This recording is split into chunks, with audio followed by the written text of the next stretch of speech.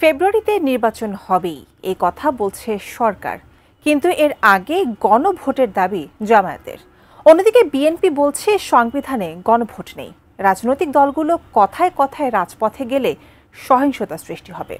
রাজধানীতে এক সেমিনারে বিএনপি জামায়াতের শীর্ষ নেতা এবং প্রধান উপদেষ্টা প্রেস সচিব নির্বাচন ও রাজনীতি নিয়ে তাদের মতামত জানান। আগামী নির্বাচনে রাজনৈতিক দলগুলোর ইশতেহার কেমন হবে, সেখানে জনগণের অংশগ্রহণ কতটুকু হবে তা নিয়ে জনতার ইশতেহার নামে সেমিনারে আয়োজন করে ট্রাস্ট নামে একটি সংগঠন। শনিবার রাজধানীর একটি হোটেলে এই সেমিনারে অংশ নেন রাজনীতিবিদ, গবেষক এবং সরকারের প্রতিনিধিরা। যদিও আলোচনার মূল কেন্দ্রবিন্দু হয়ে ওঠে জুলাই সনদ ও গণভোট প্রসঙ্গ। মানুষ যদি আপনার উইলকে সমর্থন করে, তাহলে মানুষের উইলকে বোঝার জন্য মডার্ন ডেমোক্রেটিক রাজনৈতিক সংস্কৃতিতে ভোটের বাইরে তো অন্য কাটা নাই।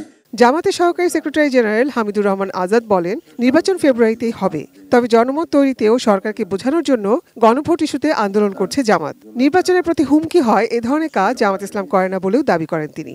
সব মশার বিরুদ্ধে সুরক্ষা দিতে এলো বসুন্ধরা এক্সট্রিম অ্যারোসল, মশার বিরুদ্ধে এক্সট্রিম সুরক্ষা। সরকার নির্বাচনের পূর্বে অথবা একই দিনে একটি গণভোট করবে, অথবা দিয়ে পেস্তা লাগাইছে হলো জাতীয় ঐক্যমত্য কমিশন। তাহলে আপনার পরবর্তী প্রশ্ন উঠবে যে এই চার্টারে তো জনগণ সমর্থন নাই, তাহলে আমরা কি সেই ফেসিবাদী আমলের মতো করেই এমন একটা ফাঁদ তৈরি করতেছি জুলাই চার্টারটা আনসার্টেন হয়ে যায়। প্রধান উপদেষ্টা প্রেস সচিব শফিকুল আলম বলেন, অন্তর্বর্তী সরকারের প্রস্তাবিত সময়ে নির্বাচন হবে। এর জোয়ার বইতে শুরু করেছে সারা দেশে। জুলাই সনদ নিয়ে রাজনৈতিক দলগুলো সিদ্ধান্ত নিতে না পারলে অন্তর্বর্তী সরকার সিদ্ধান্ত নেবে বলেও জানান তিনি। ইলেকশন ঠিক টাইমে একদম ফেব্রুয়ারির প্রথমার্ধে হবে। পলিটিক্যাল পার্টিগুলো ডিসিশন না নিতে পারে, সেক্ষেত্রে ইন্টারিম গভর্নমেন্টের উপর যেই অর্পিত দায়িত্ব, সেই দায়িত্ব অনুসারে তারা তাদের একটা ডিসিশন নেবে। অনুষ্ঠানে বিএনপি স্থায়ী কমিটির সদস্য আমির খসরু মাহমুদ চৌধুরী জানান, সংবিধানে জাতীয় নির্বাচনের আগে গণভোটের সুযোগ নেই। তার অভিযোগ, ঐকমত্য কমিশনে মীমাংসা হওয়া ইস্যুর বাইরে গিয়ে নিজেদের সিদ্ধান্ত চাপিয়ে দিতে রাজপথে নেমেছে কয়েকটি দল, যা দেশকে শুধু সংঘাতের পথে ঠেলে দিচ্ছে না, নির্বাচন বানচালের ষড়যন্ত্রকেও উস্কে দিচ্ছে। ঐকমত্যের বাইরে যাওয়ার কোনো সুযোগ নাই। The chapter is closed. এর বাইরে যদি আপনারা কিছু করতে চান, আপনি আগামী নির্বাচনে আপনার ম্যানিফেস্টোর কথা যত হয়েছে আপনার ম্যানিফেস্টোতে নিয়ে আসে। কথায় কথায় আপনি রাস্তায় যাবেন।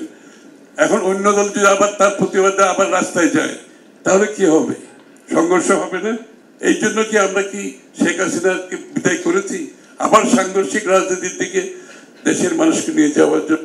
যারা নির্বাচনকে বিলম্বিত করতে চায়, যারা নির্বাচনকে বাধাগ্রস্ত করতে চায়, তারা কি আসলে এই কারণেই কি এই ধরনের এই ঘটনাগুলো ঘটানোর চেষ্টা করছে? ক্ষমতায় গেলে জুলাই সনদে সব দলের একমত হওয়া ইস্যুগুলো বাস্তবায়নের আশ্বাস দেন বিএনপির নেতা। জনগণ যদি আমাদেরকে ম্যান্ডেট দেয়, সেটা আমরা বাস্তবায়ন করব। যে জনগণের মালিকানার জন্য 17 বছর মানুষ ত্যাগ স্বীকার করছে, আপনি এখন মালিক নিজে হয়ে যাচ্ছেন কেন? Nazia Afrin, ATN news, Dhaka.